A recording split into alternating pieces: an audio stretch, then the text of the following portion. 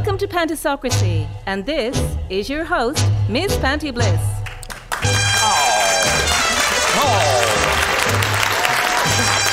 Thank you very much. Good evening. Hi, thanks for being here, and welcome to Pantisocracy. You know, people always ask me about that word still, and it is a real word. It's a society of equals. And today, in our Pantisocratic parlour, I have more guests than we've ever had before, actually. And they are all interesting people who are doing interesting things. And when we were thinking about the guests for today, one of the things we were thinking about was that sort of saying, be the change that you want to be in the world. And all of our guests today very much illustrate that. So first up, we have two women who are both in different ways using food to change things. First up, Iseult Ward.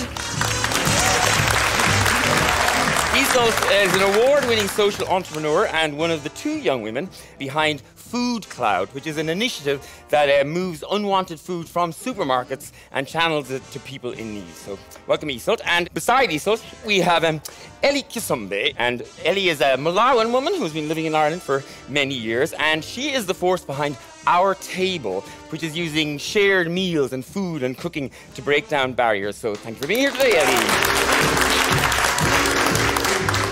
Next, I have two musicians who are also cousins, Grainne and David Hope, over here on my side here. And they are using music to powerful impact in children's hospitals and hospices. And yes, give them a warm round of applause. And then we have Shaun Dunne. Shaun is a young Dublin playwright and actor whose recent play, Rapids, tells the story of people living with HIV and AIDS. Thank you, Shaun.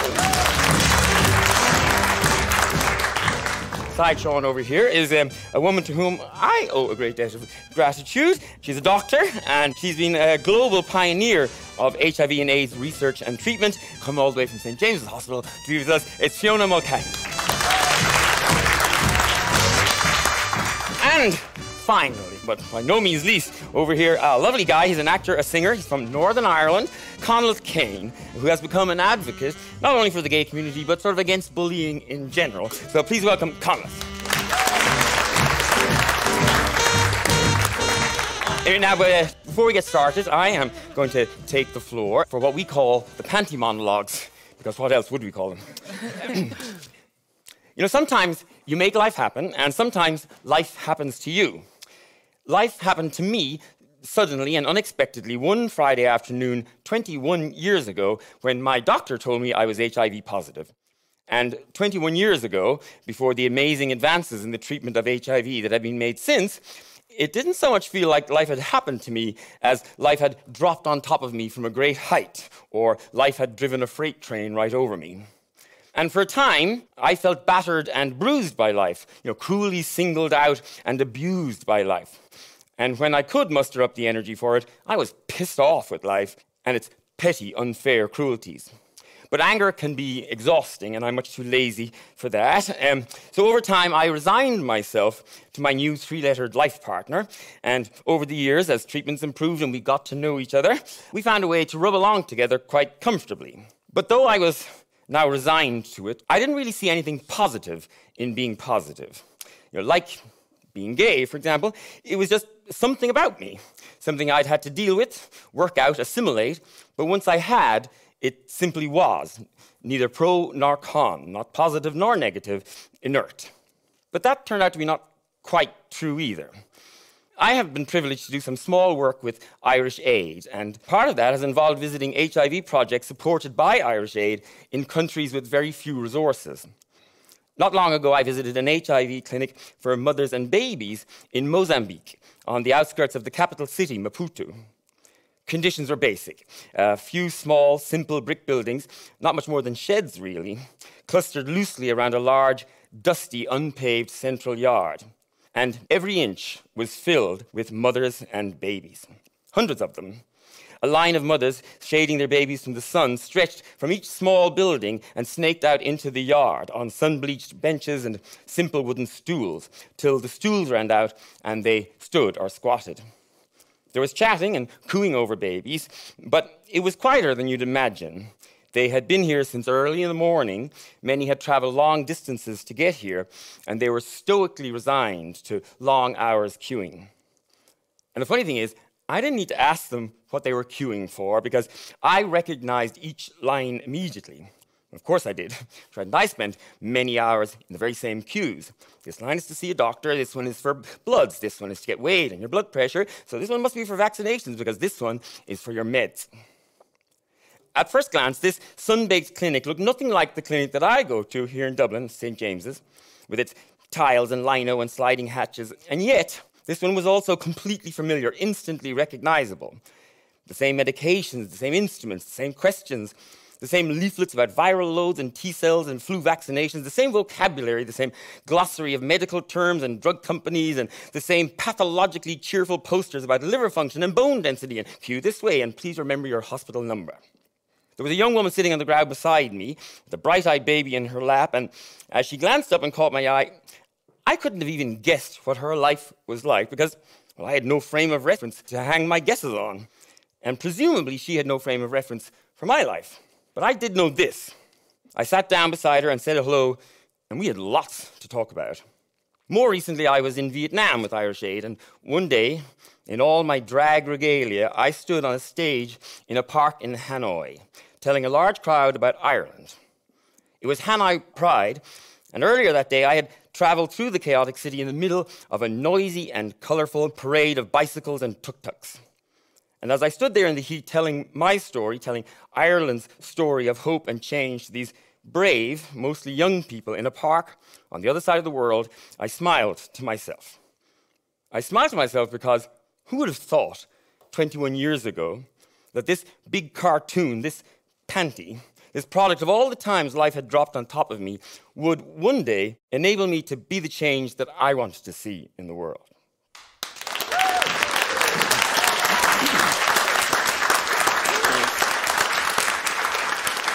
Fiona, I'm coming to you first, because I've been in your care, in a way, for the last 21 years, and so you've always been like a, sort of a figure of respect for me. But in the same way that, 21 years ago, if somebody had told me that the Irish Department of Foreign Affairs would be trucking me around the world dressed as a giant lady, I would have laughed at you, because it's a ridiculous notion. So, what the hell is a nice middle-class lady like you doing in the sex trade? It's always so fascinating. Yeah. I don't know, really. So serendipity. I was looking for a different career in medicine. I started doing endoscopy. I ended up down in St. Bartholomew's Hospital in London and stayed with an ex-reg of mine. I was saying, where am I going to end up? There's no jobs, and all the men are getting the jobs and the women aren't. That was how it was then. And she said, there's this new specialty. Why don't you have a look at it? And I thought, I'm not so sure it fit. Anyway, I went back that day from London back to Leeds where I was working. And there was an ad on the notice board, wanted senior reg in GU medicine, HIV. And I thought, God, it's a sign. So I ended up purely by accident, but it's been a great career. I've had a wonderful life in terms of seeing disease that people felt they were going to die from to transform into something that is so positive, and life expectancy is exactly the same if you're on treatment as somebody who is negative. I'm old enough to remember when there was the ads on the TV and the tombstones, and people were literally terrified of it. And you were right in the thick of it. And it was also a time when people didn't even want to talk about it. Yeah, no, it was difficult. And I suppose I was really lucky that I ended up in St. James's Hospital, because there was a group of colleagues that were, very open. But it was, in other hospitals, they were putting, trays under doors. People were double gloving, gowning up. It was horrendous, and your life expectancy then was 18 months to 2 years. And that was it, But it was very difficult, very changed to now. Because sometimes I try to explain to people the changes in the time that I've been there, going to the clinic there. And what I'm always trying to do is impress on them that there was a time when people were dying all the time, and it was just part and parcel of your visit to the clinic and who was there and who wasn't there anymore. And the change has been so dramatic that now if somebody died from complications of AIDS now in St. James's, it would be devastating to everybody. Yeah, no, it is. And to be honest, the only people that we see now is those that haven't had a test, didn't know they were positive. And then we're trying to pick them up where their immune system is totally devastated. Yeah. And they're the sad cases that are so preventable if people only had a test early enough. From my perspective, I always think that it's that sort of fear around it that stops people going to get tested. And sometimes I make some stupid joke about, HIV or something on stage with me. And sometimes people are a little freaked out by it or something. But it's not something I've done casually, it's something I thought very carefully about. Because my problem was that people were afraid to talk about it, and it became this huge thing. And I feel if you can laugh at something, it takes some of the power out of it or something. Totally. And, when I started back in James's, there was no condoms and people didn't talk about sex at all. I mean, it revolutionised how we gave sexual education in schools, how we discussed, and became a much more open society than we had been before. So there was that whole era change. Now, Shaun, of course, your last play really references all of that stuff, like the last place, Rapids. And at the beginning, you actually show that TV ad that we had in the 80s where the tombstone is falling over and there are body bags. And now that literally terrified people away from having sex. And what age are you now, Shaun? I'm 28. I think it's, it's hard for people in your generation to even understand how terrified we were of sex. So how did you come to use that? Well, I wanted to make a work about people living with HIV in Ireland because ex-boyfriends of mine were becoming diagnosed, friends of mine were becoming diagnosed, and I felt like there wasn't a lot of conversation about it in the mainstream. So that was the kind of initial instinct behind Rapids. There was 3 plasma screens on the stage, and they featured a lot of docu-footage and different images from over the years that people still kind of associate very heavily with the subject. And one of them was this iconic ad from the 80s where a tombstone falls, and it's very scary and very grim. And we featured that because even if you didn't see that ad, the effects of it are still in our psyches and in our bodies. And people that are younger than me would be coming out of Rapids being like, oh my God, thank God I'm out of that show. It was a knot for the whole thing. And I'm like, really? Why? And they were like, I don't know, but I just carry a lot of weight about HIV on me. And I think it's because things like that, even though people were responding to an emergency and they were trying to create a really effective campaign that would scare people into getting tested, unfortunately, it scared people in a really long-lasting way. So I felt like it was important to just represent why things are so stigmatised, why there is such a silence, and it comes from things like those campaigns, I feel. And you use, this sort of documentary style in your work. I mean, you interview people and then you translate their words, or it's verbatim? Yeah, it's kind of what I call pastiche verbatim. So I interview people, I record it, I've got written notes as well. But then what I do is I kind of stylise that truth for the stage. Yeah. So I find my own kind of artistic form for it, which warrants it being in the theatre, basically. So obviously when you go see a regular documentary, if it's in the cinema or if it's on the television, it's quite literal. It's people talking to camera and it's their own words exactly. And ultimately I'm making a piece of art for performance. So there's a little bit of abstraction and a little bit of process, and that makes it specific for the theatre. And the other thing that still lingers about all of that is it's actually a good news story. You mention HIV or AIDS people, and they still think this is going to be a horrible story.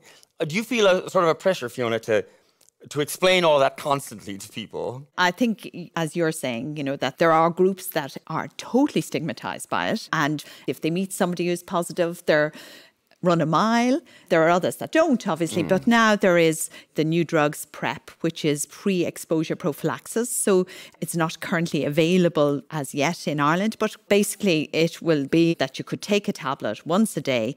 And even if you are sexually active with somebody who is positive, that you will not pick up HIV as a result of that. So who would have thought that would have happened? That 20 years ago was, as you say, inconceivable. Yeah. And I suppose we're conscious we're in a very privileged society here in Ireland. Yeah. Healthcare is very good. What we are stuck with in Europe is a horrendous issue in Eastern Europe, in that it's illegal to be homosexually out there. There's plenty of money, but no drugs are administered. Their infrastructure is dreadful, and their case numbers are climbing exponentially. It's a tragedy, really. The other thing is, of course, I was joking, saying you're a nice middle-class lady, but of course you are. And in the beginning, is it just a doctor thing that every doctor has to do? Or do you, because of the field you're in, have to really just throw off all sort of Irishy judgments about sex and all this stuff in order to be able to talk to patients and communicate? You mean, am I judgmental at the back of my mind? well, we all are to some extent, but do you think you had to sort of fix Irish that Catholic, early? Yeah, I was brought up like that. I think medicine itself trains you to separate your own self from how you deal with patients. And if you can't do that, you're not a good doctor, I think. So I know there are lots of my peers that might be in the wrong profession, according to me. But I think we really have to be advocates for people to allow them to be whoever they are. So for me, it was a real eye-opener. I was like, totally naive little Irish girl over in the UK. I was thinking, oh my God, I like the stories. I'd come home and say, another story, I'd never heard that before. But, you become very educated very quickly. And nothing would shock me now. Absolutely nothing. Ellie, I want to come to you here because one of the first things that I sort of knew about you a little bit was you were also in a documentary-style play on RTE radio, which was about... It was about the woman who is coming to Ireland to seek asylum. Yeah. So the message which we wanted to send across was the message why people do leave their own homes to move over to a certain place where they don't have a knowledge of. Yeah. And why do they take those risks? Yeah. It's not like an overnight choice that somebody just wake up and think to move from their homes, because I believe home is the best. But then when homes becomes the mouth of a shark, I think you can't deal with it anymore. So you just have to get somewhere. Yeah. And your hopes are, wherever I'm going to be appreciated and received really well. And then you also be there and find that life is also difficult. So it was drawing from your own experience. So tell us, what is your experience? How did you end up from Malawi to here? So in Malawi, it has its problem of political unstable. Yeah. So we've experienced this from generation to generation of our politicians. So me as a young activist and some of my fellow students, we thought that we could take matters into our own hands, which you don't do that oftenly in Africa, because that doesn't take you to a very good ending. So anyway, I didn't have any choice. I've lost parents through this struggle. I've lost family members through that. So it was a time whereby live or die, because I don't think if I was in Malawi, I would have been like talking to you at this time. So this is the incredible part about you. So you end up in Ireland, you're in direct provision, but rather than sort of sit there passively, you decided, I'm going to try and do something about this. So tell us a little bit about Our Table and what it's all about. Yeah, so when I got to Ireland and sought my asylum, I didn't exactly know what I was putting myself into. But anyway, at that time, I didn't even mind what's going to happen to me, because I was looking for safety. Yeah. So first year was really hard. I went into like a bad clinically depression, and my kids were not with me. My family were not with me. There was a lot of things happening with my family, with myself, and it was really hard. And then I was like, so if I'm going to let myself die and then leave all these people, then what's going to happen to them? That means I'm killing everyone.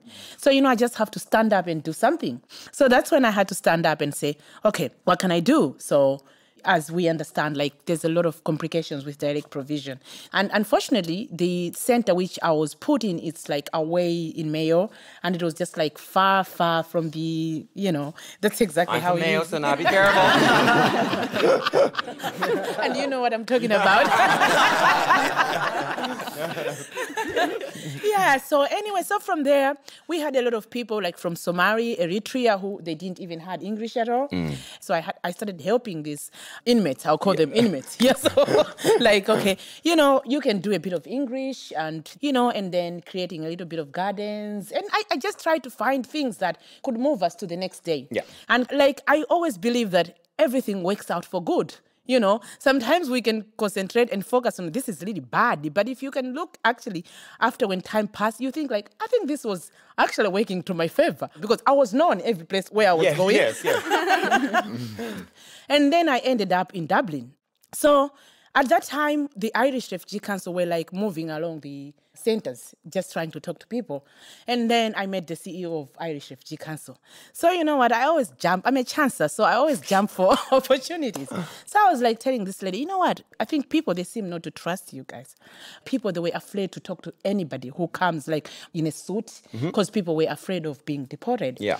Then the CEO at Irish Refugee Council at that time said, do you want to come and work with us? And I was like, yeah, exactly. So one of the things which I was doing was to bring out women from the centers and go and cook meals. And in early 2015, I was really lucky that my boss was approached by a business lady. She said, I've just heard that asylum seekers are not allowed to cook. So I wanted to do something. So my boss was just like, you are just dead right. There is a woman who exactly wants to do what you're doing. Because one of the things about direct provision is that you're given food and you take what you get. Yeah. And so people feel maybe disconnected from from their own food. Exactly. And preparing meals. They can't prepare meals for their kids or... Exactly. So, like, I'm coming from a foodie background, right? Not only foodie, my mama cooked, my mama sold food, like my mama fed community. And being in direct provision, food is given to you. Like, you don't even have a choices over this food. You don't even know what's going to come on the menu.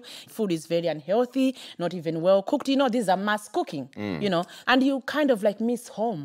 And not even only that, like food is a very good tool which connects people, right? There were a time whereby the campaign of direct provision of asylum seekers were not even sent well to the public because people were bored to hear these stories. So it was really hard. So you then took this idea and you set up these sort of pop-up restaurants. Pop-up restaurants, yes. And so people from direct provision would cook the meals and the food, and regular people would come in and you could then meet and share. And that, of course, ties into Iseult there beside you, because Iseult also saw something in food, to make a change. Explain your about Foodcloud. Yeah, so it was about 5 years ago, I met Aoibhinn O'Byrne, who's co-founder when we were in university, and it was really becoming aware of the fact that over 30% of all food that's grown and produced is actually wasted.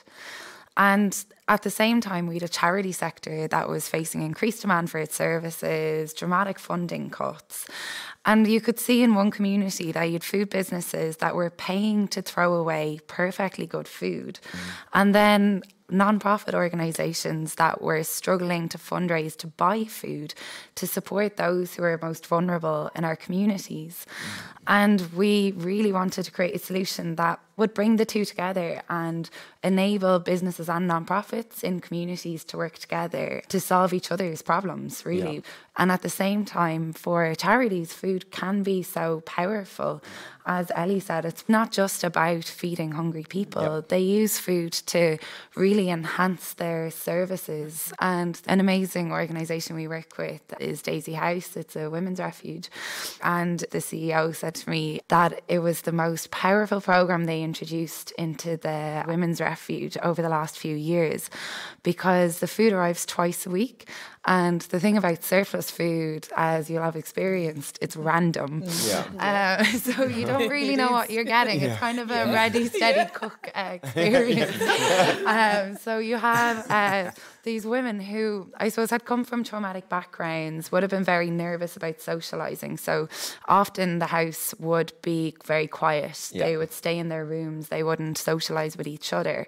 But then twice a week, this random delivery of food came. And often the food might be food that some women weren't familiar with, some women were very familiar with. And you'd have this situation where they were going through the box of food, saying, what's this, sharing this, coming up with ideas to cook. And she said, since they've introduced it 4 years ago, twice a week, she walks into a house that's full of laughter. And it's that social connection that food creates. It has grown, extraordinarily large, and you're doing over 1 million meals a week or something. But taking into consideration that I'm a ditzy drag queen, can you explain just really simply how it technically works? Yeah, so literally you're a staff member working in a supermarket, and there's food that you won't be able to sell because it's coming close to its expiry date, but it's still perfectly good to eat. So if you take certain products like fruit and vegetables, they have a best before mark on them, which is literally a quality mark. And as soon as they reach their best before mark, supermarkets dispose of them. But they could still be perfectly fine to consume after that date. So every store has access to our platform through an app or their PC, and they very simply put in the information about the food. They'll put in a time for collection, the location is there, and then a local charity will just receive a notification saying, this food is available from this store at this time. Are you available to collect? The charity simply texts back yes or no. If they're available, then the store knows and they collect it directly from the store. So really trying to make it as easy as possible for both the supermarket and for the local charity so that they can seamlessly work together. And the supermarkets, they actually pay? Yeah, so we're a non-profit, but we're also a social enterprise. So the supermarkets were actually paying a waste disposal company to come by and collect this food. So we are able to charge a fee for every store that signs up, and that helps us then cover our operating costs. It's remarkable, and yeah. And what age were you guys when you did that? I think it was like 21, 22, around there. See. I'm going to come back to the food in a little later, but I want to come to you, David and Grainne, the Hope cousins. Now, you, it's not food that you're dealing with, it's music. And in a way, it connects with Fiona here because it's in a medical setting, a hospital and that. So explain to us what it's all about. I suppose the idea came to me as a graduate student when I was in America. And part of our degree, we had to find a community setting to perform in. And the one that was allocated to us was the hospital next door to the university. And I just thought, this is such a good idea. You have a ready-made audience. It doesn't cost anything. It gives us an opportunity as a student to perform for an audience. Yeah. And I said, whenever I come back to Ireland, I'm going to use that idea. Someday I'll put it in my back pocket because the opportunity's there. And you're an orchestra musician, you're a cellist, a classically trained, whatever is it? Yeah, I'm cellist primarily. And I do a little singing, as I say, in the children's hospital now in the bathroom. They're the only two places.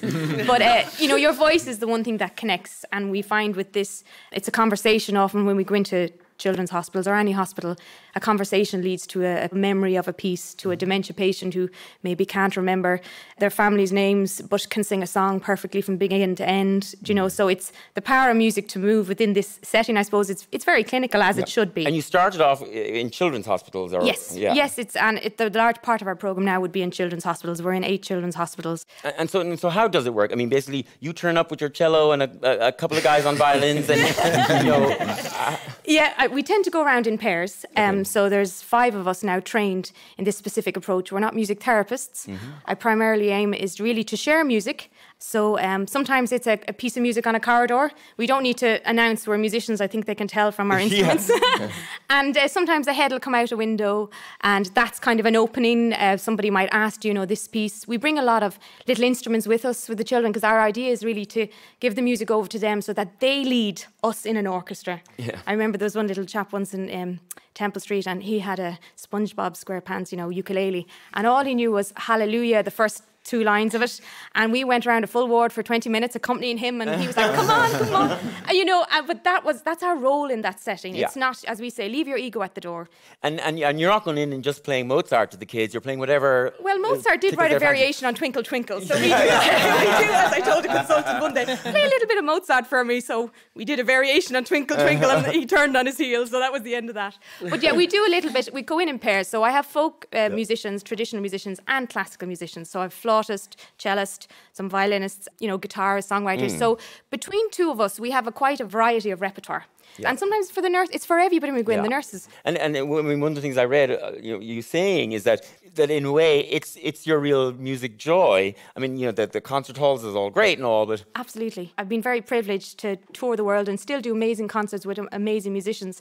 But I have some lasting memories from the effect that bringing in a Twinkle Twinkle to a family. It's a privilege really to bring it in at such a challenging time. It means so much to them. The tears, the thanks afterwards. And if I can do that with a simple song, that's what I love about it. It's really been able to connect to people and helping them, even for a moment of the day. If it's 5 minutes, a director nursing said to me, the music can take people for a walk in their head for 5 minutes when they can't get outside for that walk. Of course, one thing about being in hospital is it's boring. Absolutely. It's boring. So anything to sort of brighten up the day.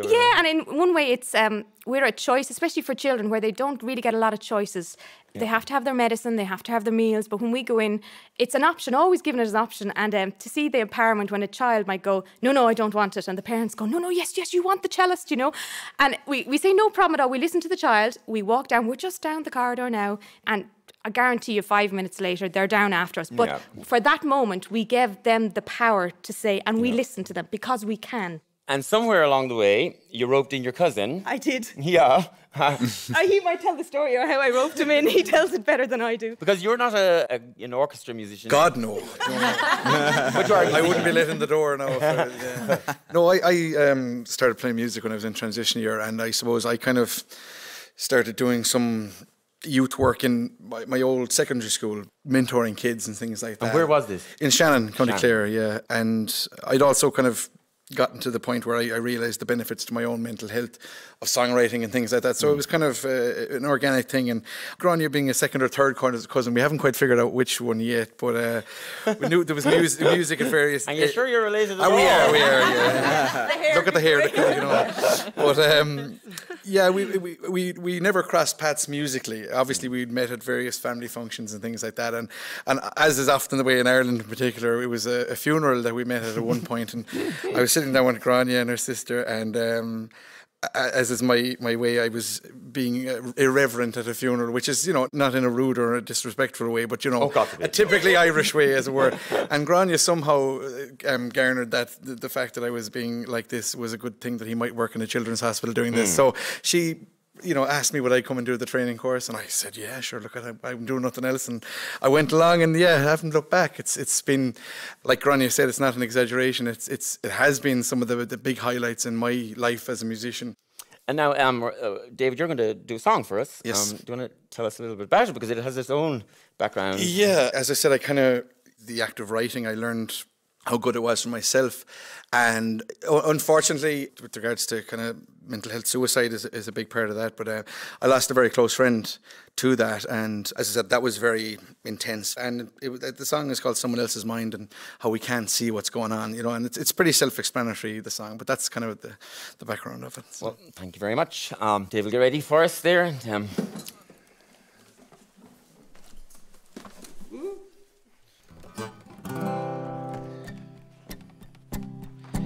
Dead man walking, nobody here can tell. Mind can make a hell out of heaven, or heaven out of hell.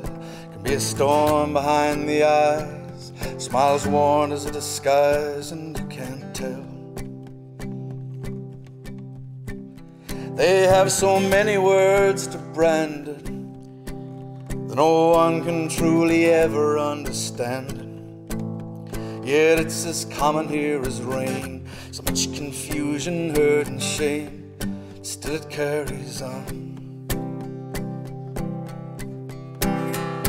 And it just goes to show, you just never know what you will find going on in someone else's mind. I sat beside this kid in school, as close as you to me there on that stool.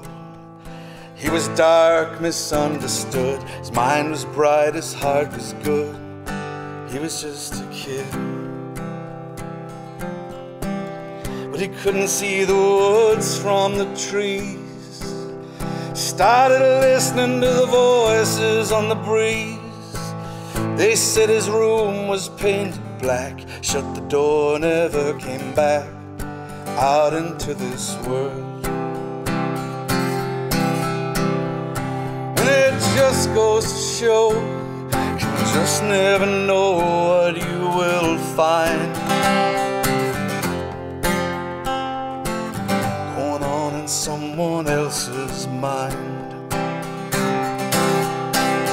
Well, it's been 10 years now since we put Murph in the ground, and a death like this has stared me in the face. So many before, and sense of falling to that voice inside them calling them away. You know the numbers, they don't lie. If this was a war in which they died, there'd be thousands out marching in the streets.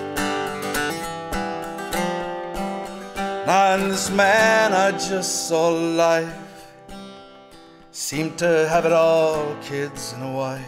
The kind of man you want to be, but it's the things you just don't see sometimes tell another tale.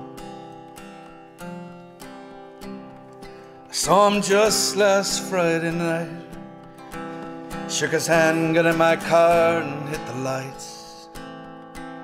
As I drove away, didn't think I'd be here today, watching him be lowered down.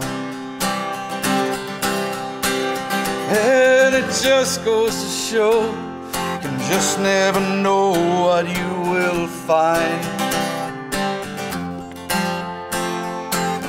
going on in someone else's mind. Going on in someone else's mind.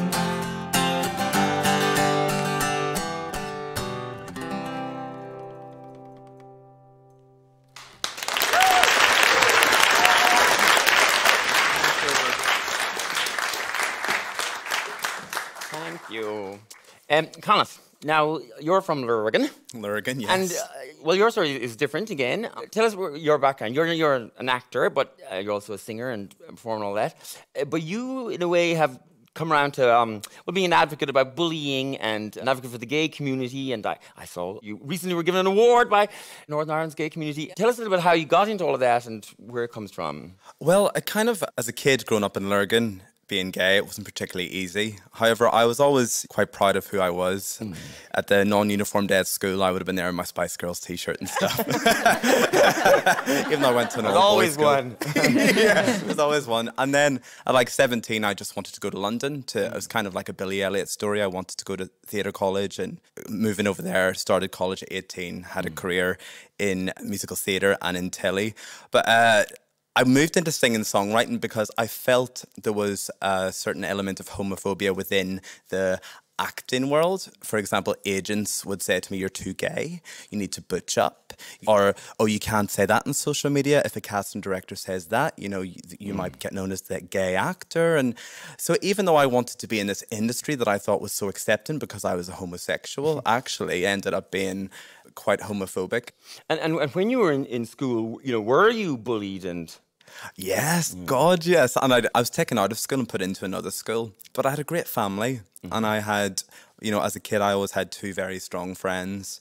But I think that really ignited my, you know, hunger to get to London, to be part of a huge city, to escape the, you know, the tiny town that I was from. And you can imagine, you know, LGBT rights in Northern Ireland at the minute have a massive cap on them anyway, you know, but in the 90s it was, you know, it was really hard. And I'm sure it was even harder before that. But I know from my personal experience, I just wanted to get out of where I lived as soon as I could. Certainly a lot of gay people feel that, "Oh, I need to get out and find Yeah. But sometimes I think the gays, we kind of think that's our unique story, but it's not really. I mean, you know, every young person, don't they want to get out and sort of see a bigger world? Kind of. I remember in careers class at school, you know, when the teacher went around the room, it was like, "What do you want to be, Conleth?" And I was like, "I want to be a singer and dancer." Like already I was putting myself into another box. Yeah. You know, so I was always the odd one out, but, you know, I proudly walked around with my tap shoes. And Shaun, you are from Dublin, inner city and all that. And I think often lazily people think that inner city working class communities are ones that, you know, gay kids will have real trouble in. But I've never really found that to be true. Would you agree with that? When I was growing up, I would say I had a hard time, and actually just hearing you speak there, I've only kind of come to terms with the fact, really, that when I was younger, I was bullied about being gay, like, and it's something that I definitely kind of steered away from even admitting, you know, when I'd be like, "Oh, it's lads, it's banter, it's this, it's that." But like, no, I think in where I was from, like, I'm right from the heart of the inner city, like Dublin 1, like you don't get any more towny than me, you know. But as I've grown older and as like perceptions and times have changed, like I'm very, very welcome in my community, you know. People are very proud of who I am, the work that I do, the fact that I'm gay, my parents are, my family are. But I just think sometimes it's just about familiarity and people growing up with you and relaxing themselves around these things, because back then, you know, God, I feel like I'm putting years on myself now saying that, but back then, like early 2000s, people, like, you didn't have a lot of gay friends, you know, they didn't, and now everyone does. The pace of change has been dramatic. Yeah, which is really, really great, and it's brilliant. It's a privilege to be on this end of it, I think. I'm sure you'd probably agree. Yes, no, definitely. I hate saying it, but from Northern Ireland, I remember when the Irish referendum went through on equal marriage, for example, I had so many Facebook messages and calls. "Congratulations, this is amazing." And I'm like, it is amazing, but it doesn't affect me. I still can't get married in my hometown. You know? So I think actually the Irish referendum was my turning point to actually really start using my voice. Because that day was so frustrating for me, because I was in London and everyone was so happy for everyone in Ireland. And then, but friends I had in the Republic of Ireland thought, "Oh, but you can get married because you're from the UK." And I'm like, "Well, actually, I'm from Northern Ireland." And then it's so confusing. But, you know, and then, you know, I'm like a lost identity. And Ellie, you have two teenage children. They're 17? Yes. And they're with you now. Yes, they are. were they part of the reason that drove you to enact change in a way? Yeah, exactly. You know, like I've gone through a lot of tragedy. I lost my dad, I lost my uncle, who these were like the true father figures in our family. So, you know, if you're not careful, you can become angry. Yeah. And sometimes you have to make a choice. Where are you going to direct your anger? Yeah. Right? So if you're not careful, you can direct your anger into a situation where you can destroy everything. So like for me, I think I drove my anger into trying to do also something positive. So I'm not going to change. Well, one of the really great lines I heard from you is you sort of said that you need Ireland. Yes. But Ireland also needs you. Yeah. And I think that's a great attitude. And I think it's also true, you know, that everybody's a resource. Yeah. And, you know, and to let it rot away in direct provision is a waste. It's a waste. You know, like Panti, I dream every day and I'm a dreamer and I can act on my dream. Yeah. You know, so like being stuck for 8 years in direct provision, it's actually not good for Ireland, you know, because even while I'm in this situation, I'm trying to be who I am by trying to do all these things, which are very resourceful. I want safety. I want to be somewhere where I can live well without worried of my kids being kidnapped, even me myself being kidnapped, or even being tortured or raped or anything. Yeah. So I'm in Ireland. That actually gives me that safety. Yeah. So I need Ireland, but Ireland needs me. No. So we need one another. And how long have you been here now in direct provision? I'll be 8+, so I'll be turning to 9, like not very long. And still waiting for a decision. Still waiting for the decision. Isn't it? Yeah, it is. Yeah. It is. But that thing about anger is interesting because it's very easy to be angry about things, and then comes a point where you just have to make a decision how you're going to channel it. And so, Iseult, with you, what was it, or what did you see, or where was it that you thought, you know, you saw this waste in a sense? Was there a moment? Yeah, I think like I've always been very passionate about food growing up. Yeah. It's always been something that we celebrated, families come together around it. And I just had no idea that food waste was a problem because we just didn't waste food at home. So it was actually when I met Even that she told me about the amount of food that was going to waste. And literally just started by calling businesses and saying, you know, do you have food that you throw away that's still perfectly good? Yeah. And if you do, why aren't you doing anything with it? And just kind of finding out about the problem. And it was when the first ever donation we facilitated was a farmers market. They were the easiest to get on board because these people produced the food, they were selling the food, they were so close to it. They literally would have looked for every single option besides throwing it out before they throw it out.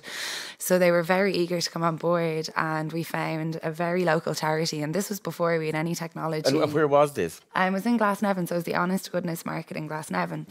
So literally using phone calls and introductions, we introduced the two. And I remember going by to see the first ever donation being given. So we actually went to the farmers market and then drove to the charity to see all of the food going over. And then we ended up with a flat tire, so actually ended up in front of the house in the rain for about 4 hours afterwards. So we actually kind of accidentally ended up coming in to see the food being cooked and everyone getting to enjoy it and share it. And what was amazing is you'd see like gourmet sausages, artisan breads, all of this food that came from a farmer's market that nobody wanted to see going to waste, and that this charity actually, even with their food budget, couldn't afford. Like, we have charities that are cooking meals for 30 cents a day, and we have had an amazing charity working with us, Sophia Housing, and they had game pie and tapenade focaccia for 30 cents a head. Like, you know, just these incredible food, and I think that is definitely one of the things that gets me most excited about it. But yeah. So where is it in operation now? Yeah, so we are now in 3,000 supermarkets across the UK and Ireland who are all connected to a network of 7,000 charities, and we're averaging at about 550 tonnes of food a month, which you can translate into roughly 1.2 million meals equivalent, or up to 1.5 million euro in value. And then last year as well, in partnership with another non-profit, BIA, we actually launched 3 warehouses. So The technology solution can work with the small random quantities of food you see in a supermarket and quickly connect it to a charity. But we also knew that there was an incredible amount of food going to waste further up the food supply chain. So from farms, from manufacturing, from producers, from distribution centres. But the quantities were too large for any one charity to manage. So now we've got 3 warehouses that can take large quantities of surplus food, store it, break it down into smaller quantities, and then distribute it out to charities. And like, is there a plan? Do you keep expanding to? So food banking, which is the hubs model, has been established in the developed world since the kind of 60s and 70s. But traditionally, because they're charities, they haven't used technology. So what we found is we actually came at this at a totally different route to most countries. Ireland had no national solution, but we started with technology. So we're uniquely positioned as a charity that's actually got our own technology team who are very good at creating solutions to redistribute surplus food. So when we launched in the UK, we did it in partnership with a food bank who've been doing this using warehousing and logistics for 20 years. Now using technology, they've increased the amount of food. In 1 year, they're donating by 25%, reaching 3 times the amount of charities that they used to be. So we've really seen an amazing impact by introducing our technology solution to the non-profits who've been doing this for years, who just haven't accessed technology before. So hopefully we can work with the food banks globally to see them dramatically increase the amount of food they can redistribute and stop from going to waste to begin with. I mean, it's an incredible story, isn't it? I mean, really amazing. Yeah. There are sort of young people sort of seizing on these things. And that's something that's interesting to me, Fiona, is in your line of work, the age profile of the people in the clinic has changed in my time there. You know, what's behind that? Yeah, no, it's great. We have a young person's clinic. We're really aiming for anybody who wants to come to the clinic. And, you know, we would absolutely encourage all younger people to come and have a screen and come and get tested. And I think things have changed. And do you think it's harder for older people? Yeah, that is sometimes reminds me of a story I had once. This man came to the clinic. He was about 18. He was sitting in the clinic and he came in, and then I asked him, what's wrong? And so on. Anyway, he was in the wrong clinic. Totally wrong clinic. And he said, what clinic is this? And I said, well, this is the sexually transmitted disease clinic. And he said, oh, fabulous. That's the best news ever. Wait till I tell them at the dinner table. And I'll get mileage out of this, So, but that aside, we do see a huge number of patients, you know, from all age groups and so forth. I think the mix is quite interesting in our waiting room, you know. Well, I mean, I always tell people about what the mix is, because, you know, you've got the gays, and then you've got, you know, the drug addicts who are dealing with addiction, and they're kind of chaotic in their own way. Totally. And of course, nowadays you have lots of, you know, ladies with their babies, and it is a really odd mix of people. It is, yeah. And you're sort of spending a couple of hours sitting on plastic chairs together, which just makes for weird conversations. It does. And people come in to me and say, any chance you can hook me up with that guy? So, yeah, no, but it is interesting. Like, I suppose going back to your music, you know, sometimes people are there and, you know, they all sit there and don't talk, and you'd almost feel there must be something that can generate a whole discourse or a discussion. Because there's always a weird tension, because I'll be there and I'll see somebody that I recognise, and if it's somebody I know, that's different, but somebody I kind of vaguely recognise, the kind of person I might say hello to from, you know, in a gay bar or something. But there's that weird tension that, you know, does he want me to acknowledge the fact that he's here in the, you know, in the STI clinic? It's just, it is a weird situation. It is. I tend to just be really brazen and say hi to everybody, because why the hell not? Oh, yeah, and sometimes I'd have a medical student in as sitting in, you know, training them, and I'd say, okay, now loads of students come in here. You might know somebody. What are you going to do? You know, and so somebody come in and they're sort of horrified that there's somebody they, you know, socialise with. And, you know, we have the likes of somebody who's cheated on somebody, and they come in and they say, oh, she's going to kill me, can I get out the window, you know? But there is all this interpersonal relationships that go on all the time, and it's also part of the thing that, you know, it's you know, an area that you have to deal with this other stuff that other clinics don't have to, because there is this shame and weirdness about it. You know, people in getting their appendix out aren't worried about bumping into somebody in the corridor, you know. But Shaun, now your next project is about older people and sexuality. You've been commissioned really to do it. Yeah, I'm working with a company called Broken Talkers, and they're curating Bieltana, which is a festival which looks to kind of, represent and make work that is for everybody, but also older people. So because I was working on Rapids over the last 2 years, I'm still very much in that space where I'm interested in Ireland and sex and our own sex politic and stuff. But it's going to be about just Ireland and our change in attitudes towards sex and sexuality, but looking at older people because they've obviously been through all of that change, and they're at a point in their lives often where people kind of strip their sexuality away from them. And so we're going to make a kind of docu-play again that's probably like bordering on a fiction, but using testimony and lived experience as the core, just to kind of look at that and see what's happening. Yeah. And of course, technology, of course, plays a part here too, because now it's the Tinder generation and all that. Are older people online? You'd have to ask them. Any in the audience want to let us know? Are you on Tinder? It's one of the great things I was just thinking about as you were saying. Like, often if we go into a multi-bed space, well, they're open enough, they have curtains, but people tend to kind of isolate themselves. And we come in and we, offer some music and play 2 or 3 tunes, and we move down the corridor. And often passing back, you'll see 2 sets of families, or they're all talking to each other, and it kind of, how it breaks down. We take it as kind of so fundamental, but until it actually, something breaks the ice, then people get together. So it's kind of like that, which was pretty cool. In a way, you're using music to do the same thing that Ellie is doing with food. Yeah, we started doing this thing recently. Twinkle Twinkle is obviously one of the staples of our repertoire, but how many different nationalities to get their own version of Twinkle Twinkle? It's amazing. You hear them, Estonian, Japanese, African. It's a great. So Conleth, you're going to play us out in a sense here. So tell us about the song that you're going to do. This is a song I wrote back in June. Pride in London got in touch with me and asked me to perform at the opening ceremony. And I thought, in Trafalgar Square or something? Actually, it was at South Bank. Okay.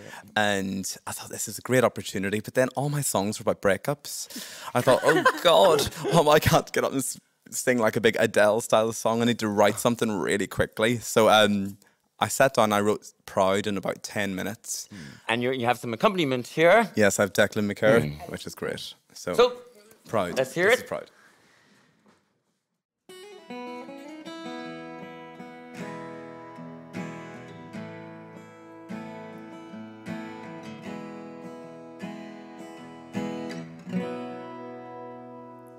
I'm proud of who I am.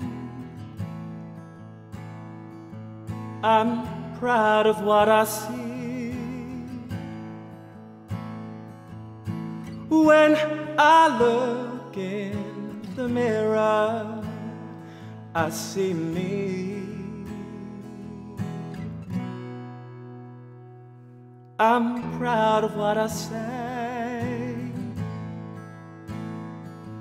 I'm proud of being me.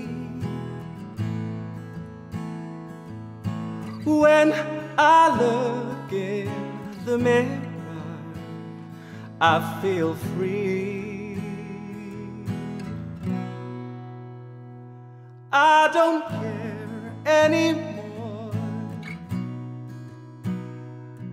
what you think of me. I don't care anymore, no, no. I got my liberty, 'cause I'm proud, and I will sing it loud. I don't care anymore, no, no. 'Cause I'm me. I'm proud of what I do. I'm proud of what you see. 'Cause when I look in the mirror, I see me. And I'm proud of what I stand for. I'm proud that you get me. 'Cause when I look in the mirror, I feel free. Oh, I feel free, and I don't care anymore what you think of me. I don't care anymore, no, no. I got my liberty, 'cause I'm proud, and I will sing it loud. I don't care anymore, no, no, 'cause I am me. Hey. Oh, oh, oh, oh, oh, oh.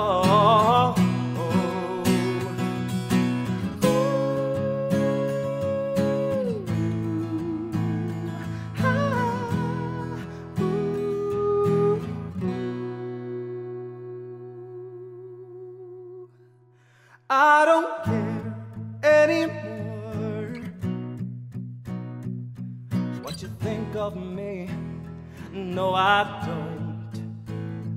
I don't care anymore. No, no.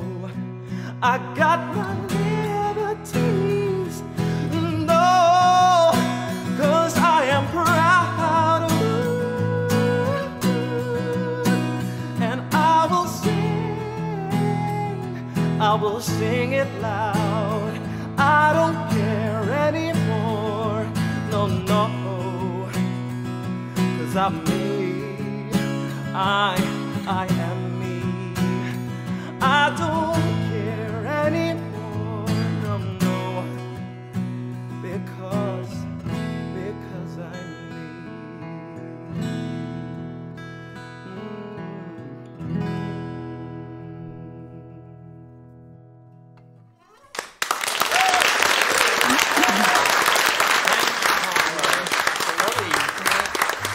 That is everything from us today at Pantisocracy. So I'd just like to thank all of my guests here, Iseult Ward, Ellie Kisyombe, Shaun Dunne, Fiona Mulcahy, Grainne and David Hope, and of course Conleth for singing us out there at the end, Conleth Kane. I'd like to thank everybody listening at home and our audience here today for being so lovely and attentive. And you can catch up on all previous episodes of Pantisocracy on pantisocracy.ie. Thank you very much. Thanks, everyone.